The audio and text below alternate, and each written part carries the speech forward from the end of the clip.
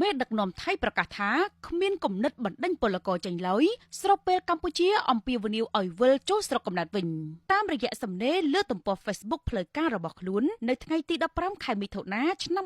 2025នេះលោកស្រីផែថងថានឈីណាវ៉ាន់នាយករដ្ឋមន្ត្រីថៃប្រកាសថារាជរដ្ឋាភិបាលរបស់លោកស្រីមិនដែលមានគំនិតចង់បញ្ជូនពលករបរទេសចេញពីទឹកដីថៃឡើយប៉ុន្តែលោកស្រីអះអាងថាបើមានប្រទេសណាចេញវិធានការនាំពលករជាពលរដ្ឋខ្លួនត្រឡប់ទៅវិញហើយថែមទាំងគាំទ្រជួយផ្ដល់ការងារជូនទៀតនោះគឺជាសិទ្ធិសេរីភាពក្នុងការសម្រេចចិត្តនិងជាការទទួលខុសត្រូវរបស់រដ្ឋាភិបាលឬរាជរដ្ឋាភិបាលប្រទេសនោះលោកស្រីនាយករដ្ឋមន្ត្រីបន្តថាប្រទេសថៃបើកទូលាយដោយទទួលស្វាគមន៍ពលករបរទេសចម្រុះជាតិសាសន៍និងផ្ដល់ការថែទាំសុខុមាលភាពដល់ពួកគេដែលចូលមកធ្វើការងារដោយស្របច្បាប់លោកស្រីថែមទាំងអះអាងថាប្រទេសថៃគោរពសិទ្ធិមនុស្សទាំងអស់គ្នាលោកស្រីបង្ហាញគោលជំហររាជរដ្ឋាភិបាលថៃនៅក្រៅតែមួយថ្ងៃប៉ុណ្ណោះនៃការប្រកាសរបស់រាជរដ្ឋាភិបាលកម្ពុជាអំពីការដាក់ចេញវិធានការសំខាន់មួយចំនួនក្នុងការជួយដល់ពលករខ្មែរបើមានការវិលត្រឡប់ពីថៃជាលក្ខណៈទ្រង់ទ្រាយធំនៅថ្ងៃទី14ខែមិថុនាសម្ដេចនាយករដ្ឋមន្ត្រីហ៊ុនម៉ាណែត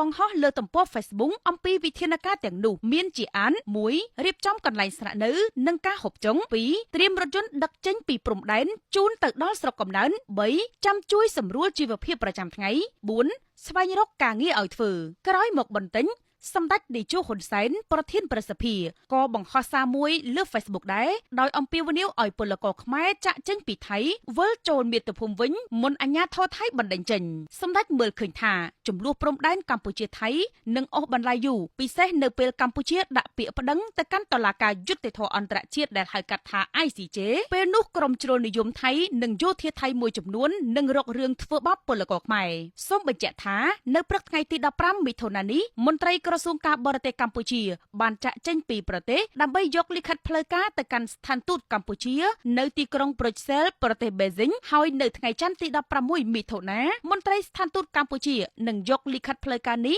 ទៅដាក់នៅតុលាការយុត្តិធម៌អន្តរជាតិក្នុងទីក្រុងឡាអេប្រទេសហូឡង់ការដាក់លិខិតនេះគឺដើម្បីសូមឲ្យតុលាការយុត្តិធម៌អន្តរជាតិជួយស្វែងរកដំណោះស្រាយក្នុងវិវាទព្រំដែននៅតំបន់ចំនួន4រវាងកម្ពុជាថៃរួមមានប្រាសាទតាមាន់ធំប្រាសាទតាមាន់តូចប្រាសាទតាក្របីនិងតំបន់មុំបីកម្ពុជាជ្រើសរើសយកថ្ងៃ15មិថុនាឆ្នាំ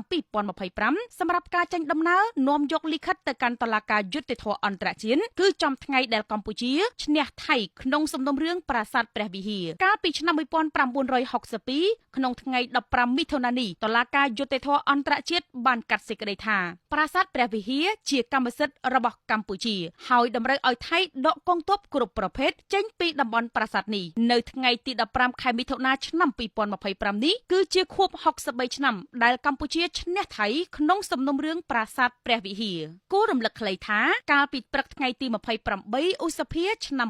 2025កងទ័ពកម្ពុជាថៃបានផ្ទុះអាវុធដាក់គ្នានៅតំបន់មុំបីបណ្ដាលឲ្យកងទ័ពកម្ពុជាម្នាក់បាត់បង់ជីវិតក្រោយមកកម្ពុជាក៏ប្រកាសឈប់ចរចាជាមួយថៃអំពីរឿងតំបន់មុំបីនេះរួមទាំងប្រាសាទចំនួន3ទៀតគឺប្រាសាទតាមាន់ធំប្រាសាទតាមាន់តូចនិងប្រាសាទតាក្របីដោយសម្រេចយកទៅកាន់តុលាការយុត្តិធម៌អន្តរជាតិកាត់ក្តីតែម្ដងមកដល់ពេលនេះស្ថានភាពប្រទេសទាំងពីរមិនល្អប្រសើរដូចដើមឡើយរហូតដល់ថ្នាក់ដឹកនាំកម្ពុជាអំពាវនាវឲ្យពលករចាក់ចេញពីថៃព្រោះបារម្ភខ្លាចមានរឿងអ្វីកើតឡើងលើពួកគេ